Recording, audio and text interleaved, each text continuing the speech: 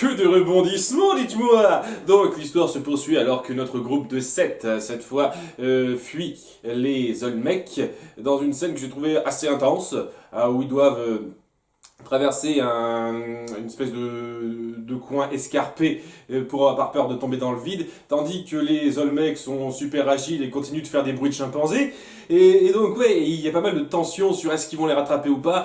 Ils les rattrapent et donc à nouveau c'est super tendu parce qu'ils essayent de se défendre mais ils sont vraiment en sous-nombre et ils se font sauver à la dernière seconde par une pluie de flèches qui tue les Olmecs de façon très nonchalante et qui fait fuir les autres qui ont donc été tirés par une tribu maya dont fait partie le fiancé de Maïna. Parce que voilà, Maïna est fiancée à un mec qui a genre 18-20 ans minimum, alors qu'elle a 13-14 ans maximum. C'est logique, hein, culture de l'époque. Je vais pas chercher plus loin, ça fait tellement bizarre de montrer ça de façon aussi nonchalante. Vous voyez, c'est pas une mauvaise chose ou quoi que ce soit, mais ça me fait bizarre de montrer que, ah ouais, il y a une jeune fille qui a clairement à peine commencé sa puberté, qui est fiancée à un mec qui a clairement terminé sa puberté. Ça fait un petit peu bizarre de montrer ça comme si c'était normal et pas de problème. Mais c'est vrai, hein, pour l'époque, c'est tout à fait normal. C'est- Donc ouais, il y a Tao qui dit «Oh zut, je pensais que ça pouvait marcher, mais non, donc ça ira pas plus loin que ça apparemment, je sais pas. C'est bien la peine de faire cette espèce de petit moment où il y a un petit courant qui passe entre ces deux-là. J'ai pas trop compris ça, est-ce qu'ils vont jouer là-dessus ou pas, peut-être. J'en sais rien parce que je sens quand même que cette tribu Maya va jouer un rôle par la suite, c'est ça évident. Donc est-ce qu'on va jouer un petit peu sur une espèce de pseudo-triangle amoureux entre ces trois-là? J'en sais rien, ils sont pas allés plus loin que ça dans la suite de l'épisode, c'est pour ça que je me pose la question, je suis pas sûr du tout. Quoi qu'il en soit, ils sont accueillis par la tribu Maya qui sont assez suspicieux, surtout par rapport aux trois adultes espagnols qui les accompagnent. Et ils sont pas non plus ultra hostiles, mais ils se disent ok, on vous tient un peu à l'œil. Il faut pas que vous fassiez certaines choses, notamment il faut pas que vous voyiez notre chef, le père adoptif de Maïna qui se sent pas très bien, vous n'êtes pas autorisé à faire ça. Et donc pendant qu'ils font un peu la connaissance du village, on a tout un passage, je vous le raconte rapidement, d'une traite, tout ça, entre les Olmecs et Marinche et le docteur qui se sont fait capturer par eux, qui prennent eux aussi plutôt bien le fait qu'il y ait des espèces de créatures au teint vert, aux oreilles pointues. À nouveau, je sais pas, c'est tellement bizarre pour moi de le prendre aussi nonchalamment, ça. Il y a une espèce de civilisation super bizarre dans la forme, et ça vous choque pas plus que ça. Très bien, très bien. Et donc oui, pour sauver un peu leur peau, ils disent que ils sont venus pour leur vendre quelque chose, leur donner quelque chose qu'ils ont trouvé, c'est-à-dire le grand condor dans sa grotte plus loin, qui pourront faire remonter, sortir de cette grotte. C'est là que ça se termine avec Marinche et le docteur qui font clairement ça par obligation et qui se disent qu'ils pourront peut-être tirer leur épingle du jeu puisque ils vont profiter du fait que ce sera les Olmecs qui vont sortir le grand condor. Pendant ce temps-là, on a donc nos personnages qui s'acclimatent un petit peu à ce village. On a Maïna qui redécouvre son père, qui lui parle d'une fille qu'il a eu avant mais qu'il a perdu. J'ai pas vu venir tout de suite ce sur quoi ça partait, mais je dirai pourquoi quand ça sera dit. Et pendant ce temps-là, on a Tao qui fait preuve de ses petites compétences pour se la péter un petit peu, tandis qu'on a un passage que j'ai trouvé très bon, un très bon moment de personnage entre Esteban et Zia, où Zia, en entendant parler du père de Maïna, qui ne peuvent pas voir, donc se rappelle un peu qu'elle n'a plus vu son père depuis longtemps et que malgré tout le temps qu'ils ont passé à fouiller le coin, ils l'ont toujours pas trouvé, donc elle est un peu maussade, tandis qu'elle se rend compte que oui, Esteban aussi est à la recherche de son père. Donc il y a un très bon... Il y a un très bon échange entre deux et la façon dont ils perçoivent leur père disparu. Esteban qui se dit que même si je trouve pas, ce sera pas trop grave parce que j'aurais quand même vécu une grande aventure et qui essaye quand même de consoler Zia en disant c'est pas grave, on retrouvera quand même le tien, je t'assure on retrouvera le tien. C'était un petit moment de personnage très, très joli entre ces deux-là. Et après on a le moment de personnage complètement pourri qui m'a gavé dans cet épisode avec face de singe et bégayeur. Un truc par rapport à ces deux-là. Quand ils font les cons et que ça change rien à l'intrigue, je me dis, ok, c'est un détail à la con qui passe. Et j'ai vu pire comme personnages de comiques débiles qui sont pas drôles pour moi. Hein. J'ai vu pas mal de films Disney où il y a des comiques de service qui sont plus agaçants que ça. Mais quand on essaye de faire jouer leurs conneries dans le scénario, pour moi ça me saoule particulièrement. Parce que ça devient gavant. Donc, il y a Face de Singe et Bégayeur qui se disent que oh, ce village doit connaître des choses sur les cités d'or. Et donc, ils décident de s'éclipser la nuit. Ce qui amène une scène comique à la con où ils ont peur que le garde se réveille. Donc, il se passe genre une grosse minute là-dessus. Waouh, c'était très drôle ça. Et il se soustrait pour aller espionner le chef de la tribu pour voir si c'est quelque chose sur les cités d'or. Il pense que en l'observant comme ça de son toit, il dira quelque chose, il échappera quelque chose sur les cités d'or. Même si cette série aime bien les discours d'exposition de personnages qui sont très fortuits, je trouve que c'est un peu gros de penser que comme par hasard le chef va déblatérer quelque chose comme ça sur les cités d'or sans qu'on lui pose la question ou quoi que ce soit. Enfin bon.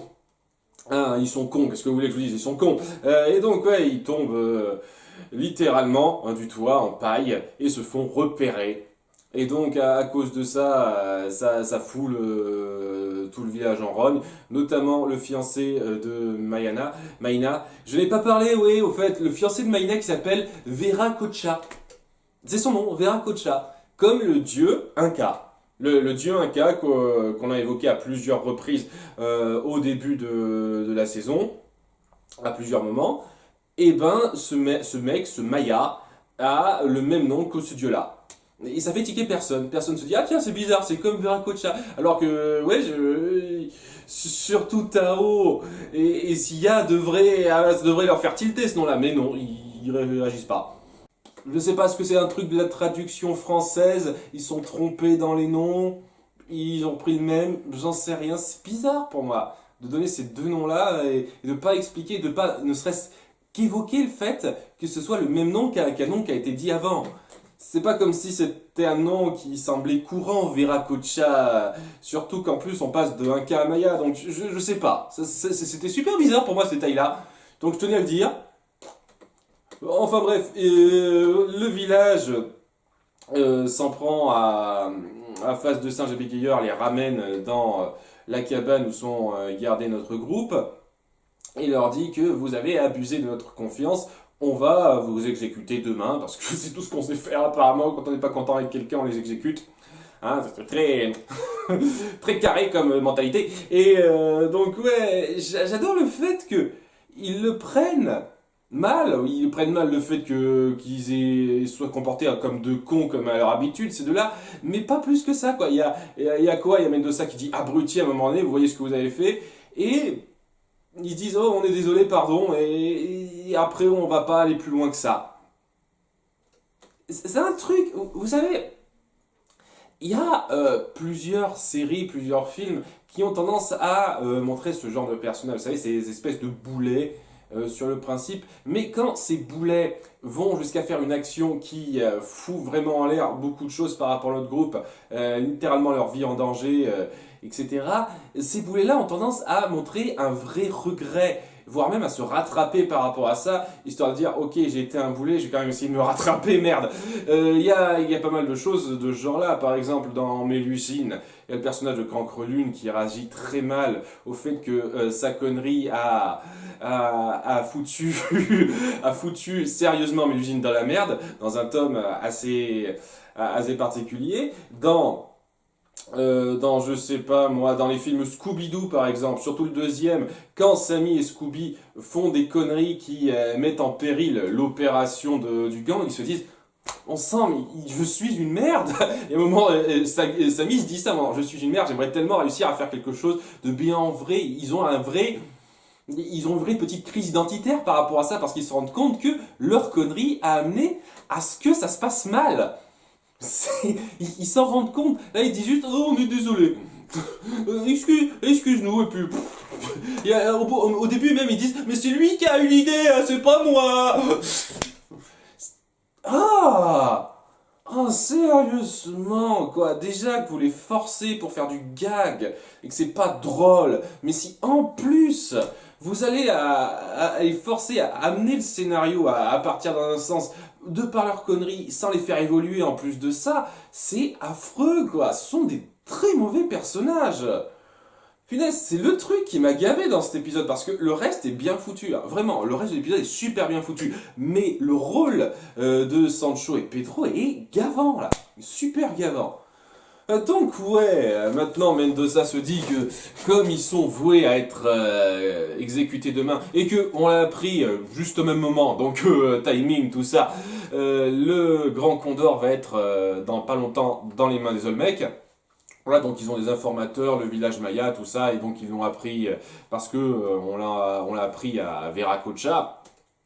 Ils se disent il faut qu'on se barre, il faut qu'on aille retrouver le Grand Condor avant que les Olmecs s'en emparent, etc., etc. Peut-être qu'ils arriveront à le faire marcher alors que ce serait pas très bien pour nous.